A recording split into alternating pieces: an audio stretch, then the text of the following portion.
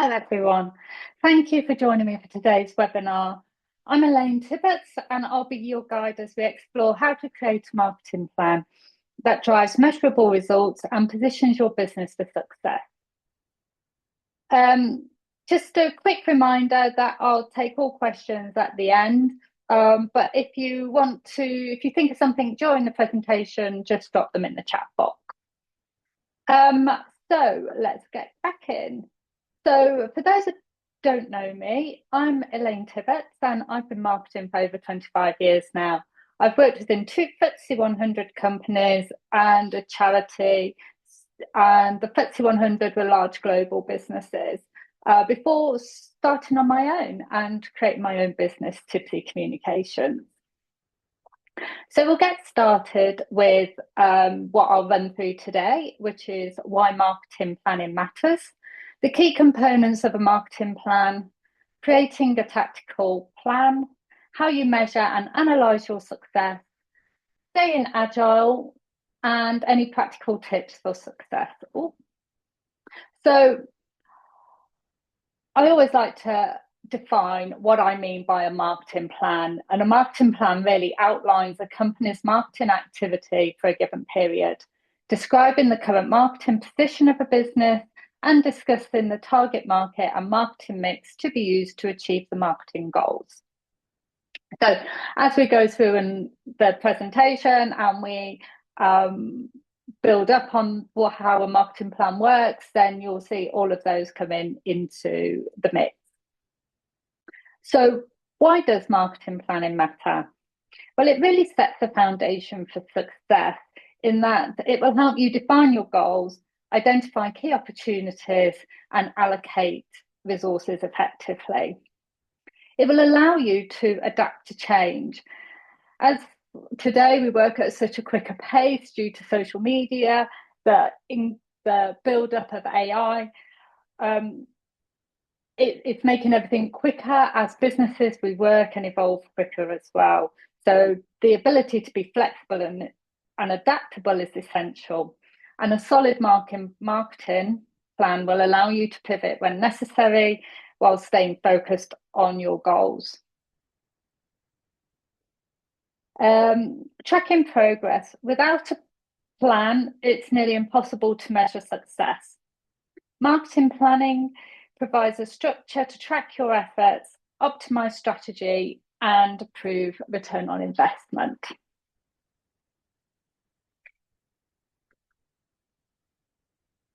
Moving to the next slide. So the key components of a marketing plan are to set clear objectives. What do you want to achieve? Clear goals are the foundations of any good marketing plan. And whether you want to increase your brand awareness, drive sales, or grow online presence, you need to make your objectives SMART. I think most people will be familiar with SMART objectives, so I'm not going to misassume you all with assuming not. You really want to make sure you know who you're trying to reach. So who is your target audience?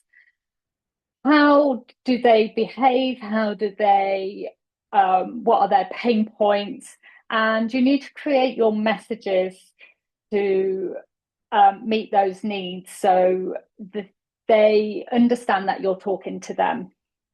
You also want to choose your right channels, define your demographics, behaviors, and make sure that anything you do regarding marketing really resonates with your ideal customer or the people who buy from you the most, who might not be who you think they are. Choose your marketing channels wisely. So where will you connect with your audience?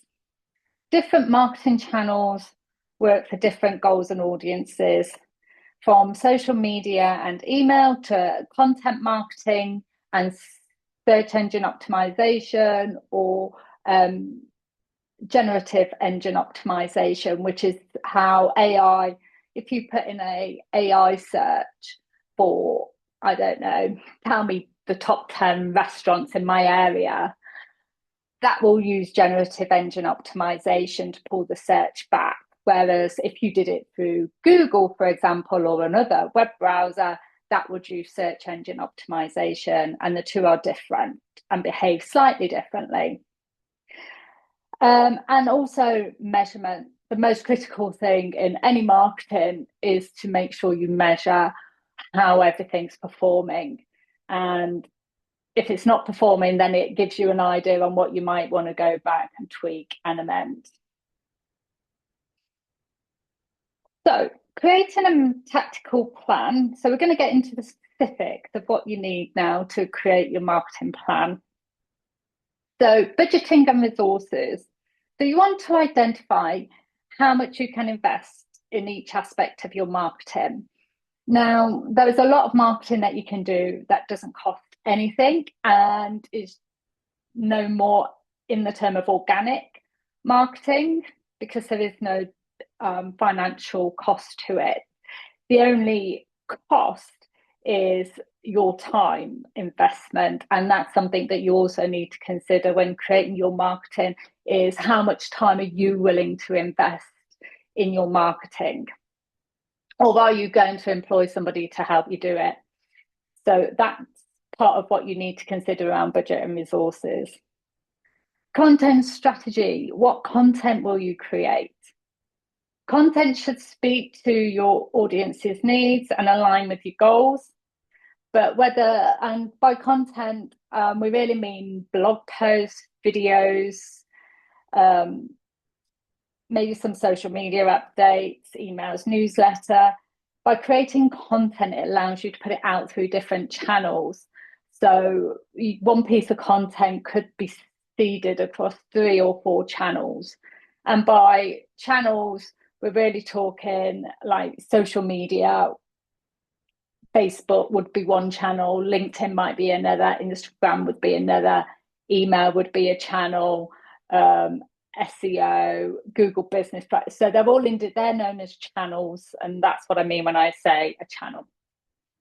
And then a campaign calendar. So this will help you stay organized, ensure that your timely execution happens, and allow you to plan ahead for any product launches, special promotions, and seasonal campaigns. So what does a plan look like? So I've drafted one up. Now, this isn't for my, but this is just a generic plan, not one for my business. But in this plan, the strategic aims and objectives are to increase awareness of the business, develop social media channels into a primary growth driver, drive more traffic to the website, and generate leads, so for newsletters.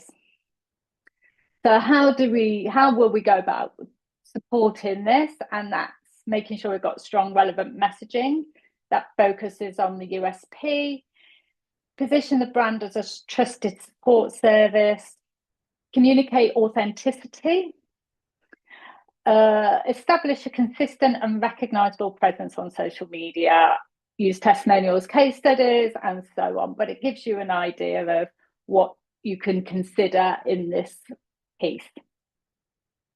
You then can break down how much you would want to spend across each channel. So I've listed the channels underneath.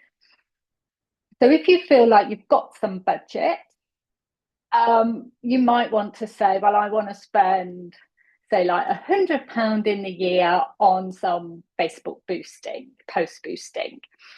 And for, say, like £1 a day, you could run it at, like, say, like over a month, cost you £30, but at strategic times through the year when it's most relevant for your audience.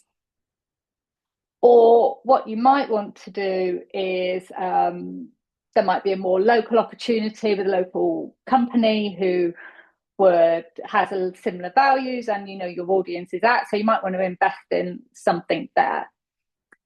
But there's lots of things you can do, both paid and non-paid. And then once you've made that decision, but some of that decision might form off when you're creating your plan. So what you'll find is you'll ping between the budget breakdown and your activity plan. So I've just started this one off, for example. So for this business, On the 9th of Jan, they're going to write a blog. They've still to determine what that blog is going to be on. But then they've got their social media calendar work planned in, as well as creating the assets and writing their email newsletter. So it shows you how you can break things up through the month, but also making sure that they're then going to update their website with a new webinar at the end of Jan. So the blog could be, for example, on their top 5 tips for whatever their industry they're in. What they might then do is push that, even though they write that in Jan, they might not make that until February. They might not push that on their website until February. So then that would form into their social media calendar. They could put it into their email newsletter, and they might want to repeat it a few times. The other thing to remember with blogs and content pieces is people have very short memories these days because they see so much stuff coming in. So what you can do is repurpose a blog roughly every 6 months, and repost it out. And that way it will feed into the search engine, it will feed into your social media, and it will help you gain traction through your marketing as to like building your audience. What it also does is, particularly if you kind of just rewrite it, tweak it a little bit and post it up as new, is lets the search engines know that your website's not dead. So, or your business is still live. Most websites and most search engines like you to update them on a regular basis. So they know that you're still a viable live business. So just by making a few tweaks on a blog that you've already written enables you to do that. So there was something else and it slipped out of my head today. So, but it also means that actually tweaking a blog is less than writing a whole new piece. So it's a bit of a time saver as well. If you are up against it 1 month, you can just tweak a one that you've already got maybe from about 6 to 9 months ago and repost it out. Anything that saves time when you're running your own business and you're having to do your own marketing is helpful. And then ways you can measure and analyze all this work that you're doing. So it does depend on what channels you're using as to what you measure.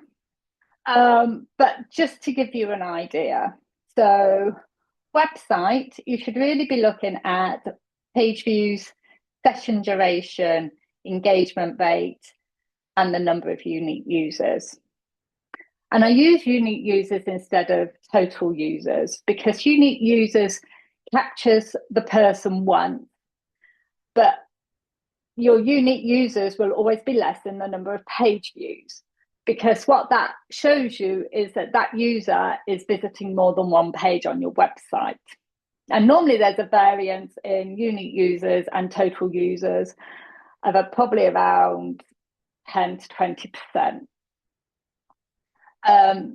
But it also, then by looking at how long they're on your website for in terms of session duration, allows you to see, well, are they flicking in or out? Is it the case? And if they're flicking in or out, that will affect your engagement rate. So your engagement rate will be low. Now, engagement rate is something that's used more these days. It always used to be called the bounce back rate. And you would expect to see bounce back rates of around 50 to 70%. So ideally, you want your engagement rate to be 50% or more, because that means they're staying on the site and not bouncing off. So the longer you keep them on, the better the engagement rate will be. The other thing to remember, or that's more prevalent these days, is bots. Bots do a lot of trawling through the internet and on sites, and that can affect, one, your number of page views and users, but also your engagement rates. Because they're trawling, they're not engaging. it pulls down because they're basically doing like a mind sweep of the website. So just something to be mindful of there. What you can do is block your website from being shown in certain countries. That will help to eliminate that. And that's something to be mindful of. But you'll only know if that's happening if you're looking at your web analytics on a monthly basis. So to look at web analytics, the tools you can use are Google Analytics, that's like the industry standard in marketing. Adobe Analytics or your website CRM might have some analytics on there. Social media, you want to look at engagement, reach, follower growth, and sentiment analysis. So engagement is, I say engagement above impressions here, because impressions is just the amount of times it is shown on your website, like that post is shown to people. Whereas engagement is people actually directly engaging with your post. So that's why that is more important. And then reach is the number of people it's been seeded to. And you can look directly in the social media platform for those analysis, or if you're using a scheduling tool, that will also have analysis tools in there. And then if you have a CRM, you're really starting to look then into customer lifetime value, retention rates, customer acquisition costs. Oh, my mouse is a little bit lively this morning. And email, we want to look at open rates, click-through rates. Open rates, industry standard in marketing for an open rate on an email is 21.5%. And click-through rates is about 2.5%. And that's click-through where somebody's opened it and then they've directly clicked on a link in is 2.5% of the 21.5%. So just to give you an idea, if you're performing better than that, and a lot of the email campaigns I run for clients we're running open rates of about 48%. So that's a really good engagement rate. But to be mindful of. And as you look at all of this, you'll be able to see if things are working, if things aren't working. And you can put targets in terms of how many followers you want to reach in a certain period, or what you want your your page views to be on your website, and then it'll help you drive your marketing to get you there. So the thing is with analysing, review regularly. So I would say review on a monthly, if you can't, bi-monthly basis. Test and learn. So make sure you test things and learn from it and adapt quickly. And use a good old stop, start, continue. If something's not working, stop it. If you test something and you start something new and it seems to work, continue with that and look at how it evolves and moves forward. And then by staying agile, so marketing's never static. There's always new platforms coming on. So literally, I would say the generative engine optimization is something that's come to the forefront in the last 6 to 12 months. As AI is growing bigger. So marketing never stands still. It's the one thing, as far as I'm aware, that never sits still. So keep an eye on trends, look at your consumer behaviour, what's going on outside of your sectors. So in terms of government announcements or financial things, because that will impact back on how people feel and how comfortable they are. And then be flexible. So if it's not working, don't hesitate to stop it, adjust it. Because the most successful marketing plans are never set in stone. They're always fluid, they're always changing, they're always adapting to what we're seeing. Practical tips. So start with research, then invest time in understanding your audience, your competition, your market landscape. because that will give you a strategic advantage. Use data to make informed decisions. The more you know, the more refined you can be. If you're working with a team of people, collaborate with them, because marketing is a team effort. Particularly collaborate with sales, because if you're generating marketing leads, you'll need sales to follow up. Customer service, they all need to be on the same hymn sheet, singing the same message as well. So just to summarize, essential elements of creating a marketing plan. We've been through those, and make sure you set clear goals, understand your audience, choose the right channels. I have got some downloadable tools that I will email out. So I will email out that sample marketing plan as a Word doc, so you can amend and use it if you need to, or if you'd like to. And I guess the simple takeaway is to start planning now. Now, if this all still feels a little bit daunting and you're thinking, I'm still not sure about starting my own marketing plan, I am running a 12-month course called Building Marketing Success. And this will stem around 4 quarterly planning days. So you'll have a day where a few businesses will come together and you'll have time to plan and work with me on your quarterly marketing plan. Then it's really up to you to drive that and deliver it. But I will be there on a monthly basis. We'll have a consulting call monthly to help and support you, so you don't feel completely isolated. And I can help you understand your data and everything. So that is starting next week, but I will be running another cohort in March. And that is £95 a month. If anybody's interested, just reach out. So I'm going to stop the recording there, so I can take any questions from the people in the room. So thank you for listening, and I'll speak to you soon.